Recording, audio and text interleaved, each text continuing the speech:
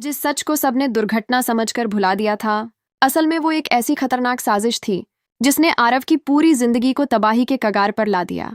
और सबसे डरावनी बात यह है कि इस खेल के पीछे सिर्फ एक नहीं बल्कि दो ऐसे चेहरे थे जिन पर किसी को शक भी नहीं था, सूरज और आकाश। लेकिन सवाल यह है, क्या आरव सच में बेगुनाह था या फिर वो एक बड़े प्लान का मोहरा बन चुका था? सब कुछ एक सामान्य दिन जैसा दिख रहा था, लेकिन उसी दिन के अंदर एक ऐसी आग जल रही थी जो धीरे धीरे पूरे रिश्तों को राख में बदलने वाली थी। आरव हमेशा की तरह अपनी जिंदगी में बिजी था।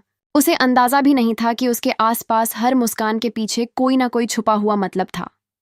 सूरज, जो बाहर से शांत और जिम्मेदार दिखता था, असल में अपने अंदर बहुत कुछ दबाए बैठा था। उसे लगता था कि आरव हर चीज में आगे निकल रहा है, चाहे वो परिवार का भरोसा हो या लोगों की इज्जत। उधर आकाश, जो हमेशा मजाकिया और हल्का फुल्का दिखता था, वो भी इस खेल में धीरे धीरे गहराई से जुड़ चुका था। लेकिन उसकी असली मंशा क्या थी, ये कोई समझ नहीं पा रहा था। शुरुआत सिर्फ छोटी छोटी गलतफहमियों से हुई थी। एक गलत मैसेज, एक अधूरी बात और एक ऐसी अफवाह जिसे किसी ने जानबूझकर फैलाया था। काव्या को भी धीरे धीरे महसूस होने लगा था कि कुछ तो गलत हो रहा है। आरव की जिंदगी में अचानक से तनाव बढ़ने लगा था। वो पहले जैसा शांत नहीं रहा। उसके फैसलों में गुस्सा और बेचैनी साफ दिखने लगी थी। लेकिन सबसे बड़ा झटका तब लगा जब आरव के खिलाफ एक ऐसा इल्जाम सामने आया जिसने पूरे परिवार को हिला दिया। सूरज ने बाहर से खुद को इस पूरे मामले से दूर दिखाने की कोशिश की, लेकिन अंदर ही अंदर वो हर चीज को कंट्रोल कर रहा था। हर कदम पर उसकी नजर थी।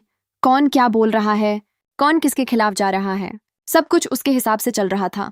और आकाश, वो इस पूरी कहानी में एक ऐसा किरदार बन चुका था जो कभी आगे आता, कभी पीछे हट जाता, ताकि किसी को उस पर शक ना हो। धीरे धीरे हालात ऐसे बन गए कि आरव के अपने ही लोग उससे सवाल करने लगे। उसे समझ नहीं आ रहा था कि अचानक सब उसके खिलाफ क्यों हो गए। जिस परिवार के लिए उसने सब कुछ किया, वही आज उससे दूरी बनाने लगा था। यही वो पल था जब साजिश ने अपना पहला बड़ा असर दिखाया। और फिर आया वो दिन जब एक छोटी सी गलती को इतना बड़ा बना दिया गया कि आरव की पूरी इमेज पर सवाल उठने लगे।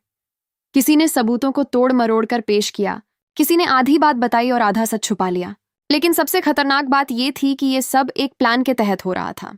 काव्या ने आरव से बात करने की कोशिश की, लेकिन हर बार कोई ना कोई उसे रोक देता।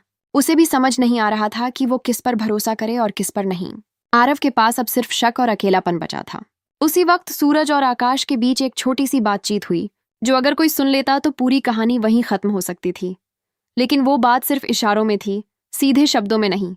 और यही इशारे आगे चलकर एक बड़े तूफान की नींव बनने वाले थे। आरव अब धीरे धीरे उस मोड़ पर पहुंच रहा था जहां से वापसी आसान नहीं थी।